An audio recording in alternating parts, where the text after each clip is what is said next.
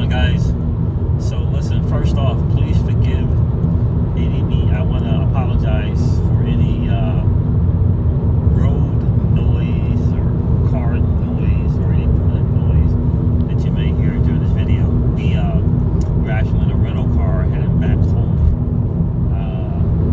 to Texas. We flew out to hang out with Little Miss Crypto Siege for her birthday and Christmas. And our flight, which was supposed to happen Tuesday morning, got canceled. So, and the next available flight out was not until Saturday. Yeah, Saturday, New Year's Eve. So, we said, screw that. We'll just drive, do a little road trip, 20-something hours. Road trip back home. So, we're in a rental car, so that's the reason for the noise. But I wanted to cover something. Shout out to Zach Rector and Jimmy Valley. But they covered Jimmy covered a very, very important thing that we've been hearing in the community about the XRP buyback, right, from the Fed, right, U.S. Treasury, who knows, and that is why would the Fed or U.S. Treasury buy our XRP for this certain price when they can just go to the exchanges? And so Jimmy covered it because I believe Zach was doing a live stream and he went over it. Jimmy listened to the live stream and said, yeah, you're right about a couple of things, but it's actually deeper than that. So you're right about, we said on our channel, it's like there's not enough XRP for them to do that, to just go on the exchange to buy it, right? This is what I've been saying for the longest time. That made no sense, just not enough, right? We're not getting rid of our XRP for 35 cents, right?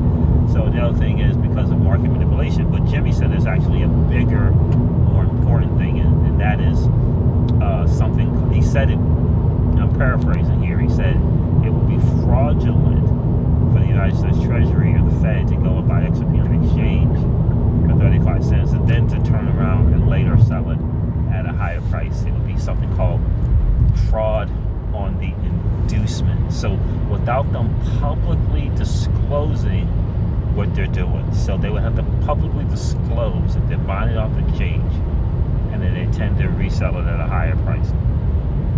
Yeah, it's called fraud in the inducement, fraud in the inducement. Actually, this is a legal term, right? And so, but he said that it goes on to speak to the higher matter, which is why the whole XRP buyback is being established, in my humble opinion, which is to establish this fair market value.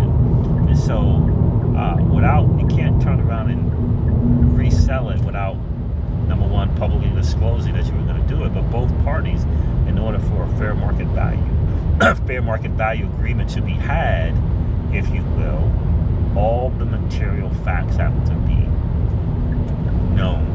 So you can't go buy it for 35 cents and then go sell it later for $100. Fraud in the inducement, legal term. Just like cloud on title, right? Jimmy says in this interview with Leonard P. Jones that essentially the government has put a cloud and established this cloud on title of this asset, right? Because of the lawsuits and Jimmy says coordinated FUD, right, if you will. Yeah, so this is a cloud on title of this asset, and the facts are out there. And what was this? I don't know, tens of billions of dollars lost when this lawsuit was brought. So it's the U.S. government who created and put this cloud on title. So that's the answer to that question, guys, that you guys keep asking, right? And I get it in a way. Another way, I don't get it, because for me, I always thought, didn't the boys who thought about this XRP buyback, didn't you think they already asked that question? Why wouldn't the Fed just go buy it on the exchange, right? So that's the thing. And so understand that, get familiar with that term, cloud on title, get familiar with fraud in the inducement. I'm paraphrasing, but he said it would be fraudulent for them to go buy it on the exchange, right? And then to turn around and sell it for a higher price without publicly disclosing its intent. So do you think that they're going to publicly disclose their intent and what they want to do with XRP? No. That's why this arm's length, if you will, fair market value, this agreement is important. It's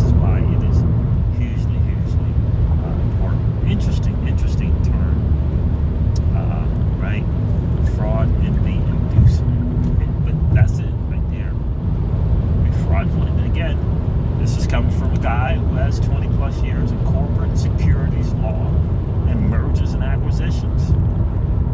You know, big time deals with big time companies. And he cited a case law that happened in Texas with a company who, you know, essentially sold, had some shares and had those shares sold at a certain price to shareholders, right? And